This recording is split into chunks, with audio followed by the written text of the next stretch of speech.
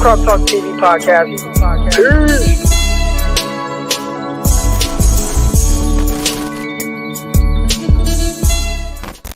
Welcome to another episode of QB Monday with Greg Panelli. As always, Greg Panelli is late, so he'll be joining me shortly. I'm recording from the crib today, man. Brought the stuff to the house. All right. So if you're not already, make sure you guys subscribe to the YouTube channel. All right. Hit that like button right now. Hit that subscribe button right now. Underdog Fantasy. I got some leagues coming up. All right. Got one filled up real quick last night. So if you weren't in on that, should have another one coming out soon. These are definitely money leagues, and you got to be on Underdog Fantasy. So if you're not already, Underdog Fantasy or UnderdogFantasy.com, go to the app, download the app, all that good stuff. And you deposit a minimum $10 and use promo code Crocky. They actually put an additional $25 into your account. And like I tell everybody, man, it's not just fantasy football. You got fantasy baseball, basketball, football. You got prop stuff. You got pick'ems. You got different things you can wager on, parlays you can put together. So I'm telling y'all, man, Underdog Fantasy, UnderdogFantasy.com, promo code Crocky. Go do that right now. But of course, it's QB Monday, so we're going to get into all things pertaining to the quarterback position once Greg Panelli joins us. He's not here yet. So what I'll do is anybody that's in the comments, any questions that you guys have, any things that you guys want to know about how I feel about 49ers season that I haven't already answered on Locked On 49ers. I'm sure you guys all listen to Locked On 49ers, so you guys hear a lot of my thoughts on there.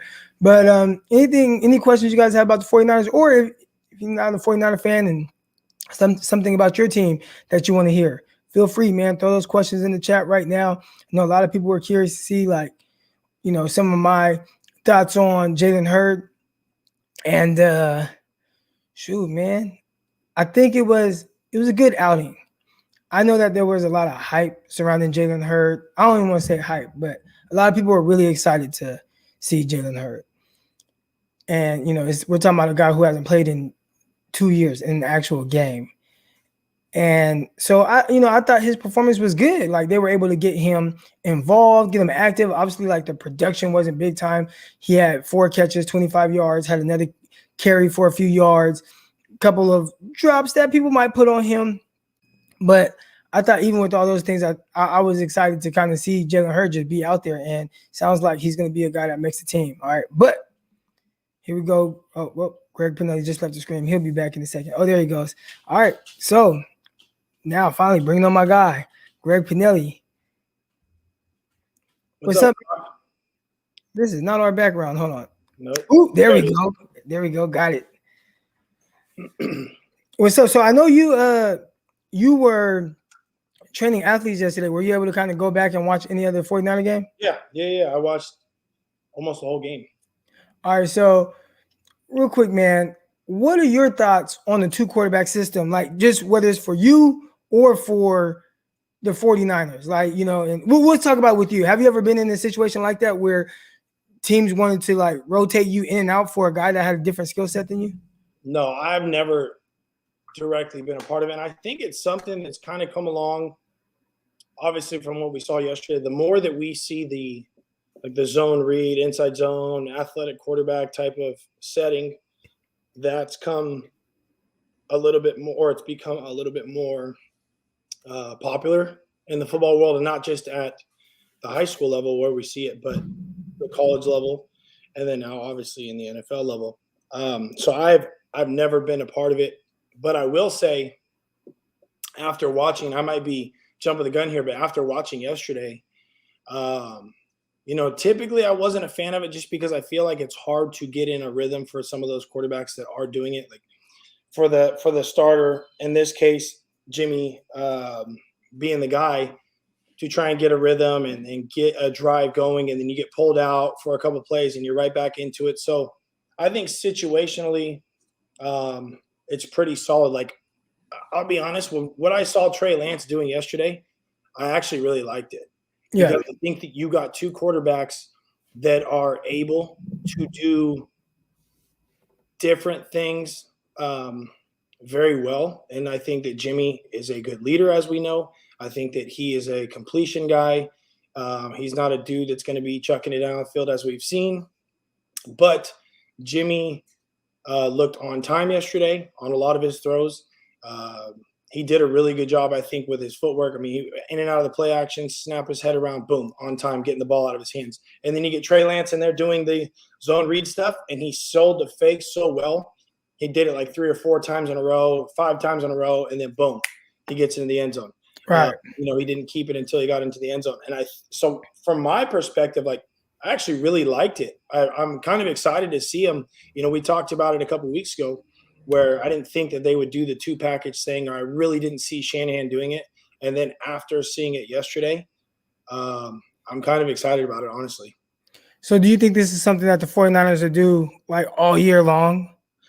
That was another thing that I was saying is, like, how long will this last before they either say, okay, enough is enough, or defenses have caught on, or, okay, Trey, it's just your show type of thing. Right. So do you think they're doing it until he's up to speed with everything else?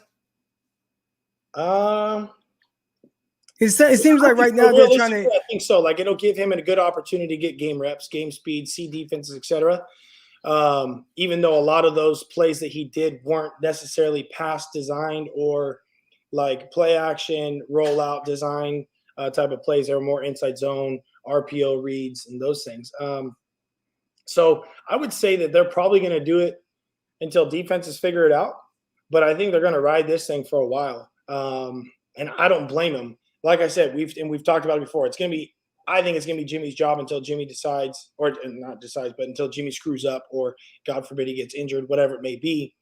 But being able to see Trey at the same time with these packages, I think will give Shanahan a better look once the season starts, going against the ones and running with a first-string offense too. So you talked about one thing where you didn't really care for it because in theory you think that it kind of messes with the quarterback's rhythm. There was a play early on, right, where they were doing that thing. They ran it a couple times and Trey Lance did well. Then they had Trey Lance drop back and throw the ball. He did that thing again where he hitches, and that seems to be when he's most inaccurate, where he does a little hitch and then kind of threw it in between 2 guys. Still don't know exactly who he was throwing the ball to. Maybe Jalen Hurd, because he seemed like the second guy on the slant. But anyways, he didn't throw again until he finally got in. Now, if we're talking about, and when I say finally got in, until he was like, well, I'm just the quarterback now. Yeah. So my issue is, for a guy that they need to be bringing along, using it, that aspect of not, they're trying to bring him along as a passer. Right. But then he comes in, they're doing all these running things, then he throws one pass. What if that one pass in the regular season game is an interception? And then he doesn't throw another pass for however long until the next game or 2 games from then. How does that mess with a guy like his development? That's a confidence thing, right? Like, if he goes out and screws it up, right? There's a pick that's thrown. Then you got the whole thing on the sideline where Kyle's probably thinking, why did I do that? Then Jimmy's thinking, what the hell? Then Trey Lance is like, I screwed it up. Now I'm not playing, type of thing. So then you're going to have that negativity built around. So I would say, in my anticipation, I think that the more that Trey gets comfortable with it, obviously he's going to think that Shanahan, with the offensive mind that he has, is just going to go in there and let Trey Lance do the zone read and never throw the ball. I think would be crazy to think that. Obviously, they're going to start moving him outside the pocket, getting him out on flat routes, over routes, flood concepts, things like that, while he's on the move. But I think that it's exciting to see for now. I don't know where it's going to go, and I don't know how often they'll plan on running it. But the offense, as you saw, was pretty electric for the first couple drives where they were rolling. And honestly, there wasn't, you watch the broadcast, and they mentioned on the broadcast, like, there wasn't many mistakes when they were even running that first or the 2 QB system, which typically you're going to get something. And then Trey got in there thereafter on his own, made a couple of mistakes where he flipped to the wrong side on an inside zone run. And then there was a couple of rushed passes and things like that, which we'll talk about. But in the grand scheme of things, the 2 QB system that I saw yesterday with how they operated the offense was very, very smooth, I think, and I really liked it. All right, so we talked about it kind of from Trey Lance's standpoint, but what about Jimmy Garoppolo, right? Like, the things you initially said about him, he's the leader. Guys are behind him in the locker room. And how is it for a quarterback like him, who is a guy who throws in rhythm and, comes out and does those type of things? And he is prone to turn the ball over at times. And then are they going to, he turns the ball over, then all of a sudden next series he throws one pass and maybe it's incomplete. Then they come in, they bring, Trey Lance in, and they'll figure out all the dynamics of it. But how can that mess up him getting in the rhythm? Because we talked about it from Trey Lance's standpoint about how him throwing an incompletion, and then, when's the next time he can get a pass, right? Yeah. Like now, from Jimmy's perspective, how does that possibly mess up his rhythm? That's really what I'm talking about from the starter's perspective, not necessarily so much from the backup or the number 2 guy that's coming in's perspective. But with Jimmy, say he's got a nice drive rocking. Like, they had a good drive going. The first drive, they had a really good drive going. The second drive, for the drives that Jimmy was in, from what I remember, were pretty solid. The run game was rocking. It looked like the typical 49, like the NFC title offense. Quick game with Jimmy, play action, flip the head around, boom, cross the middle, slants. He threw a couple out routes. Like, he was throwing on time. And that's where I think Jimmy's at his best. When he gets back, does a little play action stuff, and he'll flip his head around, one hitch or no hitch, on time, balls out of his hands. That's Jimmy Garoppolo's game. And I think that's where he's really good at. Now, if you start getting a long drive and then Jimmy's rocking, and boom, Trey Lance goes in for 2 to 3 plays, then you throw Jimmy back in. Like, I do think that it could screw with their momentum a little bit, or Jimmy's momentum. But again, I would like to think not so much, also because they're professional athletes, right? Like, they've been in these circumstances where, there's turnovers and they're back in the game, or somebody goes down and clock stops, and they're old enough, I think, obviously at this point, they've been around the game long enough to where, I think a couple of plays isn't going to really screw up their momentum. But I think in other cases like college or even high school, where you got a guy or 2 guys that are competing for the job, and then you're just flip-flopping back and forth, that's where you're going to start seeing those issues as far as trying to build that momentum or gain and carry momentum from the quarterback position.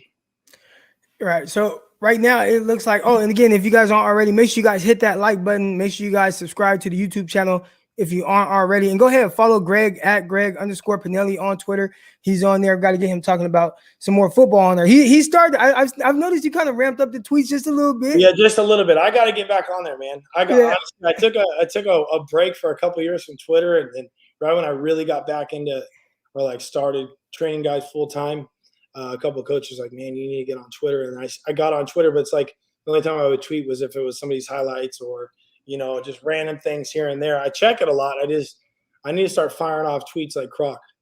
Right. Yeah. And I just tweet whatever comes to my mind. So one thing that is on my mind and a lot of the minds of the 49er fans is Trey Lance. Like, he has these super random misses. And it's tough for me because I am a guy who's like, man, I think he should be starting. He should be in there. And I see a miss like on there was a 3rd down slant. And I think those are the things where it's like, it's weird because it feels like the throws that he's not supposed to necessarily be able to consistently make, it's almost like he makes those with ease. Like, there was one ball he drove down the field and it ended up being a pass interference they called on Benjamin. Somebody pulled Benjamin and the ball ended up kind of hitting him on the back, but they called pass interference. Safety in the corner. Yeah. See, I thought that was a great throw. Like, if he didn't get ballsy pulled, throw. For sure, a ballsy throw. It was ballsy, but if he didn't get pulled, like, it was like it would have just hit him right there. And whether he would have caught it or not, I don't know, because it's been iffy with these 49 receivers. But just the placement of that, I'm like, damn, we're talking about a drive throw 25 yards down the field, and it's on the money. Yep. And rolling out left, flipping his hips, seeing the fullback in the flat, bypasses that, throws it past the sticks for a 1st down, rolling left, throws it past the sticks to Jalen Hurd. Yep. You make that throw with ease, but then on a clear out slant on 3rd down, and you airmail it. So, like, why does that happen? I think, from a training perspective, when I go back and look at it, like, I went back and looked at that slant that he overthrew a couple times. And I did the same thing with Josh, the same thing with Tyler when he was in the league. And when they're training, I do the same thing with my high school quarterbacks and college guys. Like, it all starts with the feet, in my opinion. Now, and I wouldn't say just my opinion, but obviously from a quarterback perspective, training perspective, like, it does. It starts from the ground up. So, like, on that throw right there, particularly with Trey Lance where he sailed that slant route, his feet got a little wide. So he overstepped that slant. So I watched him. He overstepped that slant. So if the guy's running inside, he stepped slightly behind him a little bit wide. Now his shoulders and hips are vulnerable. And now he's got to push that ball essentially to the middle of the field. Well, now arm angles are changing. Timing is changing. You're not lined up creating that straight line throw that we'd like to see. And then there goes the ball. So I think that it's little mistakes with the feet sometimes when I look at quarterbacks. Like if they miss a ball, I look straight at the feet. I'm not looking at their arm or where they released it or anything like that. Like I would start with the feet and then work up from there. And that's exactly how I train guys. It was the same thing, like I said, with Josh in his development when he was a rookie. And when you say Josh, you're talking about Josh Allen, just Josh Allen, yeah. Because this is a guy who, people that's who they're going to go to. I know that's who I go to. Like when you talk about a quarterback who has these random misses, but all the talent in the world, I go to Josh Allen because you see what that has turned into. And I mean, dude just threw a goddamn on 3rd and 20, 40-yard strike. Like he threw a missile, and you see him doing those things. But so go ahead. You were talking about Josh and his feet. Yeah. So Josh had those same little mistakes, right? Like I think it's a comfortability thing too, rushing through, trying to get the ball out, just being a rookie. Things like that are going to attribute to those things. Like I don't expect Trey Lance to be perfect. And if anybody listening and yourself and the coaches, I don't think that anybody would expect him to be perfect. But if you do, you're a little bit crazy because that's not how it's going to be. Obviously in the NFL, nobody's going to be perfect anyways. But with Trey, with the arm talent that he's got, there is going to be some misses. Like that he throws a fastball over 50% of the time. That's how Josh was. Where it's that drive instead of that layered ball where it's hard with an arc. Like I told you, we talked about a couple weeks ago, like a one ball would be a fastball. There's not much room for air to miss. You don't give a receiver a chance to really adjust. It's got to be on their face. Then there's a 2-ball, which might be thrown on like a deep dig or 20-yard in, a bender through the middle where it's layered over a linebacker or layered over a defender, but still hard with an arc to where it turns over. Then you got your 3-ball, which is like your home run shot, your 50-50 balls, whatever it may be, your deep post over the top. So Trey throws a lot of the 1-balls, so therefore there's not much room to miss. Like you got to be perfect with those. And it's hard sometimes, but he gets I think he gets a little bit overly excited, but I like it because he's showing a little bit of sense of urgency sometimes, but he might be late on a couple of reads and then he knows, okay, I can overpower this throw. Now he's trying to rip it in there.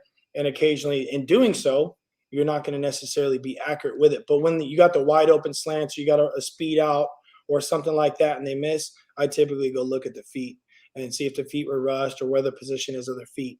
And then I'd go from there. So there are a lot of people, because of misses like that, they'll say, well, he's not ready to play right now.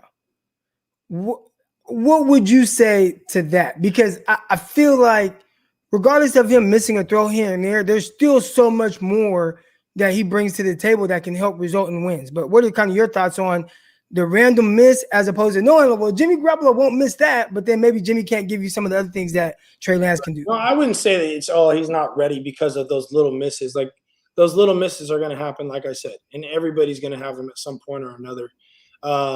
Obviously trying to eliminate those or minimize those misses.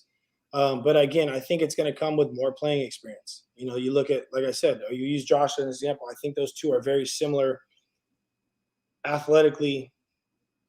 Trey and Josh have crazy strong arms. They're both, I would say Josh is probably sneaky athletic, and people know that Trey Lance is athletic, right? Like really. But is Josh Allen sneaky athletic because he's white, or is it just because he's like? No, I think that people underestimate because honestly, because he's so big. Like if you looked at Josh in person, he's 6'5", 240 pounds, 245, whatever he plays out, 237 to 245-ish, right around there. He's not this Cam Newton build, like looked like a thoroughbred racehorse type of dude. He just, most of the time he looks like a normal guy, right? But then he takes off running, and you're like, damn, he's actually covering some ground a lot more than I probably anticipated. And that goes, the rushing touchdowns that he's had and the fantasy points that he puts up every week. It kind of speaks for himself as far as how much he's been able to run and wreak havoc with defenses with his legs. So I could see Trey doing that. But if you go look at, like I said, Josh's feet, year 1, year 2, it reminds me of Trey. And I think that with time, with off-season training, with reps in the games, etc., that he would clean those things up. So, and no, I'm not saying that Trey Lance is going to be the next Josh Allen because I can't predict the future, and I know that's no. trying to get out. But what I wanted to say was, so sitting him won't fix his feet. I don't think that sitting him is. I mean, it could as far as like getting practice reps and repping those things, the same plays over and over, and getting comfortable with the timing and the receivers, etc. But at the end of the day, I wouldn't anticipate like sitting him would necessarily fix it as a whole. But I don't think, as we've seen with a package deal, like I don't anticipate him really sitting for a full game anyways. I think that he is going to get those opportunities regardless. And the more opportunities he gets, I think the better off he will be. I don't think this is going to be something where in 5 years from now, we're going to be talking about Trey Lance missing slant routes as much as he is right now. You know what I'm saying? Yeah. Now, do you think that a system like this would have been more beneficial for even like Josh Allen as a rookie, or do you think it helped more just having all those reps? And when I say system like this, I mean like just the 2-quarterback system, not having to throw everything at Josh Allen, really kind of utilizing more of his strengths to minimize some of his weaknesses as he builds the other aspects of his game. I think it could have helped. I think it would help a lot of quarterbacks, honestly, because you're not feeling, I don't want to be contradictory to what I said in the beginning, but I think that it would help because these guys have different skill sets, right? If you're taking a guy like Tom Brady, right, and then you have a dude like Jameis Winston that's playing behind him, like they're both not going to be playing they have like the same skill set essentially. Right. Like Jameis Winston's not a running quarterback. He's a pro style quarterback or more of a pocket passer. So I don't think you would do that. But in a circumstance where maybe Josh brought more to the table, obviously, than the person that was in front of him. Matt Barkley or something. Matt Barkley, it was Nate Peterman, right? So like, I think that it would have helped potentially, but I also think that him getting those reps probably helped even more. All right, man. So there are a lot of people that are watching Mac Jones, and Mac Jones is balling right now, right? Like he's making all the throws. I think a lot of that is what we anticipated coming from him. Yep. Would you say, 49er fan, and you see Trey Lance and you see some of these misses, and you're like, man, Trey Lance is supposed to make that throw, or Mac Jones would make that slant throw, right? And I mean, we see the splash plays from Trey Lance, but is there anything in your head that's like, you know what, like regardless of the bigger picture or anything, I would rather have Mac Jones than Trey Lance? I would say that no, not in my opinion. Like I think we talked about it, pre-draft stuff on the phone a couple of times. Like it was the Wilson, Justin Fields, Trey Lance, like 1A, 1B, or 2A, 2B type of thing. Yeah. If he was there. So it's not that I don't like Mac Jones. I think that Mac Jones will probably do well, especially in the Patriots system. But I think that with what Trey brings to the game from an athletic standpoint, with what we're seeing these days with Russell Wilson and Kyler Murray and Josh and Pat Mahomes, and the ability to extend plays when they're broken down, I think it's so much. It's so much more appealing in the current day and age in the NFL, because he's not just a glorified running back, because he can sling the hell out of the ball, right? Like the dude's got an arm that I don't think the Niners have seen in quite a while. And people are going to say, oh, it's probably since Kaepernick. Like in all reality, I think Trey Lance has a stronger arm than Kaepernick. I wouldn't say – I don't know if I would say exactly stronger, but he's quicker with his feet, and I think he's quicker to get the ball out than Kaepernick was. He's a little more twitchy. So that to me is appealing more so than a guy just like your typical pocket passer, because if you look at Mac Jones' build from his game perspective, in my opinion, it's very similar to Jimmy G's. Yeah. And it wouldn't make sense to have a 2-quarterback system with those guys. No, exactly. You would just be you're just doing the same thing over and over. You'd be crazy to be doing that. So A lot of these passes, when they go in slow motion, you see this wobble with Trey Lance. So now a lot of people are saying, oh, he's throwing knuckleballs, which I don't think is that wobbly. And I think if you slow down most guys like passes midair, there's likely going to be a slight wobble. Right. But what do you think kind of contributes to his ball maybe not coming out as clean? Yeah, there was multiple people had messaged me on Twitter or had commented on Twitter or sent me a message, whatever it may be, about that specifically. And you had asked me yesterday in regards to that. And I think that it's with Trey Lance, like if you watch Trey Lance just sit and play catch, right? Spiral, spiral, spiral. Like it's going to be fine. You get into the game, like your body's working a little bit faster sometimes. Like that's why it is important to get those game reps, because it's very hard even in practice to simulate that full speed game rep. Like in practice, the quarterbacks know they're not getting hit, right? At the end of the day, in the game, it's live fire, obviously. So your body might be working a little bit quicker. You might be a little bit out of sync, like your foot's on the ground quicker, your arm's moving a little bit faster, or you're trying to force a throw that you might not have done in practice. So I think that the overexcitement, squeezing the ball a little bit harder than you probably normally would, or really like when you drop back and you rear back and then you're going to sling it down the field. And I say sling it because Trey Lance is just absolutely slinging it right now. When you do so, you might grip that ball a little bit tighter towards the end of that throw when it comes out of your hand. And again, that might cause a little bit of that wobble, if you would, in the ball. But his wobble, I guess, isn't like he's throwing ducks. It's just a slight wobble. And like you said, if you went back and looked at a lot of NFL quarterbacks, Peyton Manning is a prime example towards the end of his career. I mean, he wasn't throwing many spirals that were the most pretty thing to look at by any means. And if you look at balls that a lot of guys are throwing, if you slow it down and you really pay attention, because now Trey Lance is under the microscope. Like people are looking for any little detail to say something about why he shouldn't start or why we should worry right now. Right. A little slight wobble in the football that is still getting there on time to a receiver, I'm not worried about it all. The guy's been playing football for plenty long. He's obviously doing he's obviously made it this far for a reason. So I'm not going to pay much attention to a slight wobble on the ball. I think with time, with game reps, you'll start seeing that sharper throw come out of his hands. And again, it's not throwing ducks. It's just a slight wobble. So. All right, yeah. I mean, unfortunately, he's not throwing to me because I catch everything. Doesn't matter if it has a wobble or not.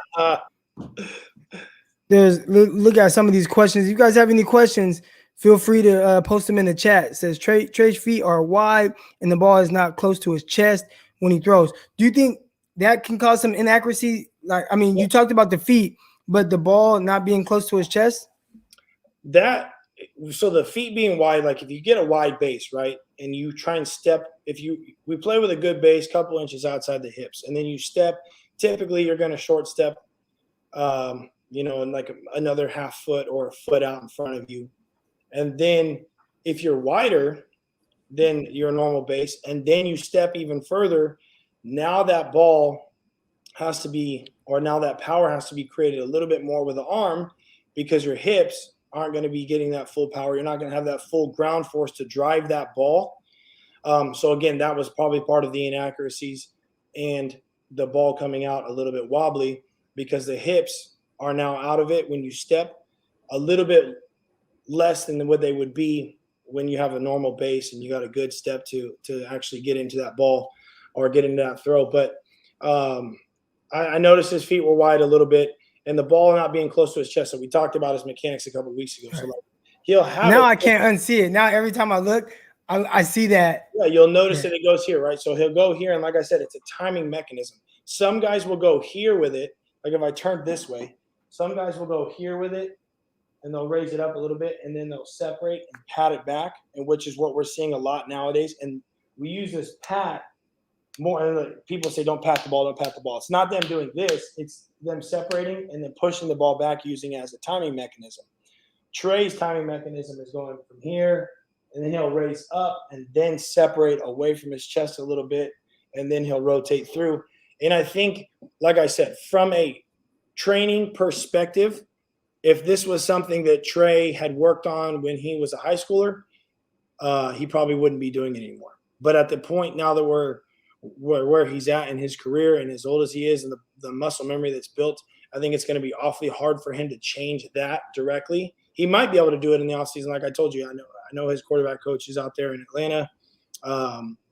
And I'm sure that they would probably have something to say particularly about it, but it does look as a tad unconventional, and it might not look as pretty to some people, but at the same time, it's what works for him. It's what he's done, and where he might raise the ball up and push it away, and then he comes through right when he gets that thing through. Like he might lose some time by doing this, but he ain't losing any time when that ball comes out of his hand. He's definitely making up for that lost time when the ball gets out of his hand. So I would say that this right here is not necessarily causing inaccuracies with that where he flips it. It's just a somewhat of a wasted motion, if you would, versus him flipping and going back or just going straight back from here. All right. So, man, I think that's going to do it. We don't have a lot of questions today, man. I think we covered everything with the 49ers, where they're at. We talked about the 2-quarterback system. We talked about Trey Lance's feet possibly being some of the issues with the random misses. And it's just so weird to me because, again, I watch the throws that he does make. And sometimes they talk about this with prospects as well, right? Like where a lot of people focus on what a guy can't do well as opposed to what he does do extremely well or at an elite level. I think if you look at some of the things that Trey Lance brings to the table from an elite trait standpoint, and even with the plays that he's making, he's kind of making them look routine. Right. I'll bet on that. Right. And we can work on some of these things where you have a random miss, because I don't think that's something, like you said, we ain't gonna be talking about a random miss in 5 years on the slant route with Trey Lance. And possibly, the game just slowing down. It can be just as simple as that. Then all of a sudden his mind isn't going as fast. His mechanics are a little bit more together, and he's hitting that routinely as he should. But it's the other things that he does that's just like, man, I don't know if some of those things I just can't teach. I mean, right now they're doing like this 2-quarterback system to get the best of both worlds. Yeah. And it's like, well, you have a guy that can be the best of both worlds, right? Like, well, he's not there yet, but in a year or so, you plan on him being there. I think those are the things that kind of get me excited about Trey Lance and like where he's going to be. Absolutely. No, there's a certain couple throws he made yesterday. Like Jimmy threw a ball down the field. It was like it was, I guess, supposed to be a 50-50 ball. It was pretty strongly covered from the DB up the left sideline. And those are some of those throws. It's like that I question from Jimmy, like forcing a ball downfield. Like you're throwing a 50-50 ball up. Now the Niners don't have a ton of 50-50 ball receivers, as we know. Right. So he threw that ball up, and at that point, I'm like, see, those are the little things that I think are holding Jimmy back. Like those are the kind of throws or errant throws where the DB was in front of the receiver. And I got to go back and look to see. It was weird. Yeah, no, it was the slot fade. It was with Muhammad Sanu on that left side. Yeah, up the left side. And the DB was in front of the nickel was in front of the receiver. Like, and he threw a ball up the sideline, and I got to go back and look to see if the DB was even looking at the quarterback. Otherwise, like a back shoulder ball would have been perfect there, right? As you know. So, like, there's that. And then you got Trey Lance on the other side where we were driving down before halftime, and he throws that ball up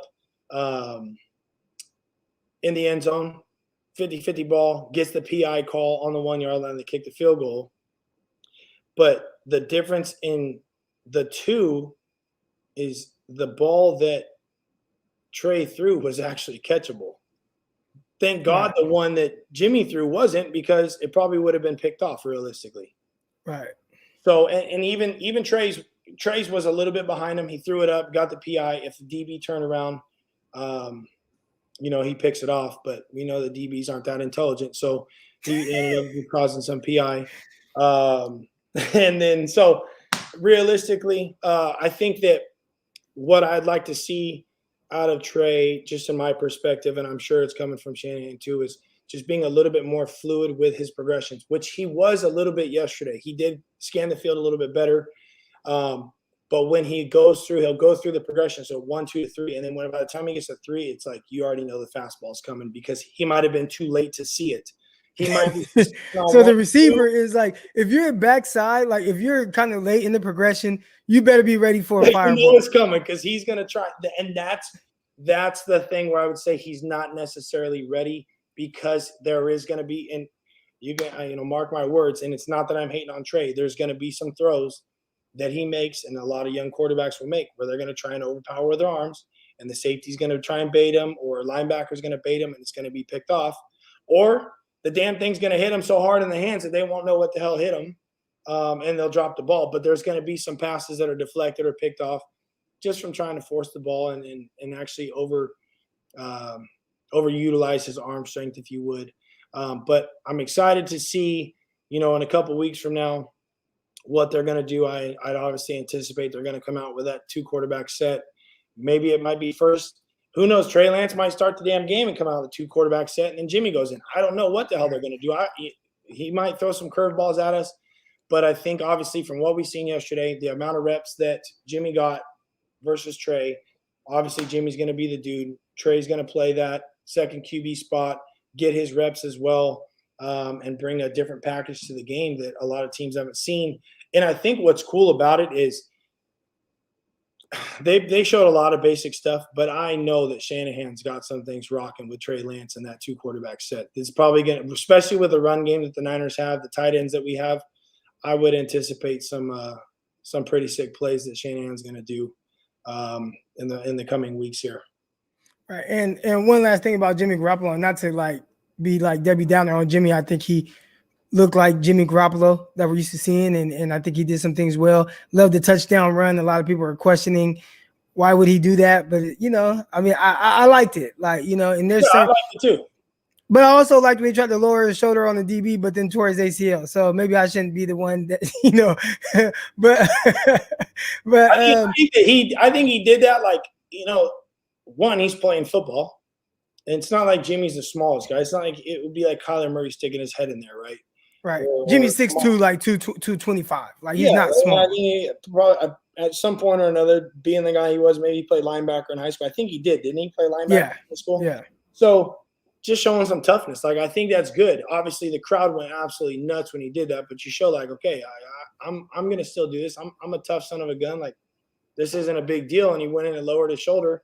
And a lot of quarterbacks probably wouldn't do that, or a lot of quarterbacks would just get absolutely cracked. And Jimmy went full in on it, and I liked it. I think it was a good way to get the team again around Jimmy, pumped him up, and then the next drive you got Trey Lance doing opposite where he's not even touched, and he goes in. And so I like the first 2 touchdowns of the quarterbacks running in. I think it was pretty cool. Yeah, there was this one throw that kind of stood out to me with Jimmy Garoppolo, and it ended up being incomplete. But when I watched it, I said, that's the issue. And not saying the issue with him, but just knowing that there's this kind of limited upside with him. And early on, I want to say maybe it was the first drive or maybe the second drive, but he threw a 10-yard stop route on to the left. And that's a throw where when you have the physical capability, when you have when you are Josh Allen, when you are Trey Lance, when you are Mahomes, when you are some of these other guys that just have more talent, they drive that ball in there and it's on the receiver, no problems. And then you see Jimmy Garoppolo throw it, and it takes a little too long to get there. Right. Pass ends up being broken up. And I think there are a lot of people that are like, well, you don't need a big arm to play quarterback. And it's true. You don't need the biggest of arm, right? And we talked about Mac Jones. He's been very efficient and played very well. But there are also some certain things that Mac Jones probably won't attempt because he knows his strengths and weaknesses. Just like you talked about Jimmy Garoppolo throwing that fade ball. And you're like, that's an issue, right? Certain things that he's just not good at or certain things that he can't do.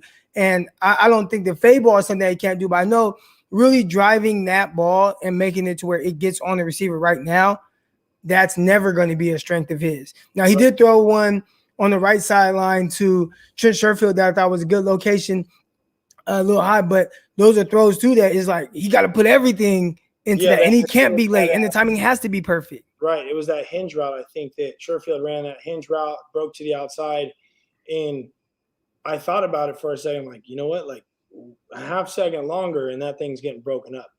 Yeah. So, in doing so, when you're a guy like that, a guy like Peyton Manning, who didn't have the strongest arm in the world, it's anticipation, right? And that's what makes quarterbacks really good, is being able to anticipate where you're going to put the ball. So Jimmy has to do more anticipating versus where Trey could probably see it out of his break and punch it there late and still get it in there in the same time as Jimmy versus throwing it versus Jimmy throwing it when somebody's not even out of their break yet and just trying to anticipate it. So once Trey gets on time with his things, or with his routes and the concepts and things like that, I'm a firm believer that, balls are going to be snapping on dudes' heads.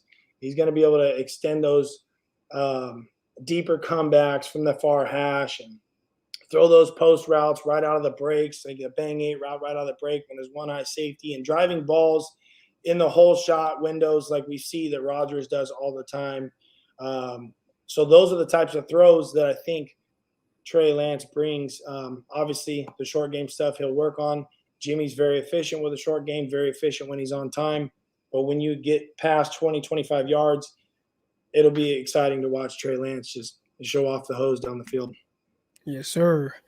All right, y'all. So that's going to do it for today's episode of QB Monday. Again, if you aren't already, make sure you guys subscribe to the YouTube channel. Make sure you guys hit the like button. Underdog Fantasy, about to have another money league dropping tonight. So make sure you guys stay tuned for that. Make sure you guys follow me, put on the notification bell on Twitter, whatever you got to do to make sure when I tweet that out, you see it, you hop in, because I had about 10 guys yesterday trying to get in this league I put out, and they were late. And they were like, hey, can I get in? I'm like, oh, man, it's full now. So make sure you guys, again, when I tweet that out, it's going to be a $10 money league, Underdog Fantasy. And use my promo code. They give you $25 anyway. So don't worry about, the $10 you got to put in to get into the app. Download the app. $25 goes into your account when you use promo code Crocky. All right. So Underdog Fantasy Money League coming tonight. Make sure you guys stay tuned for that. But that's gonna do it for today's episode of QB Mondays. I appreciate y'all checking in, and we're out. Oh wait, we're not out yet. Hold on. Now we're out. Peace. Intercepted. It is picked off by Aaron Rodgers over midfield. He'll run it all the way into the end zone. Touchdown. Crop Talk TV podcast. Peace.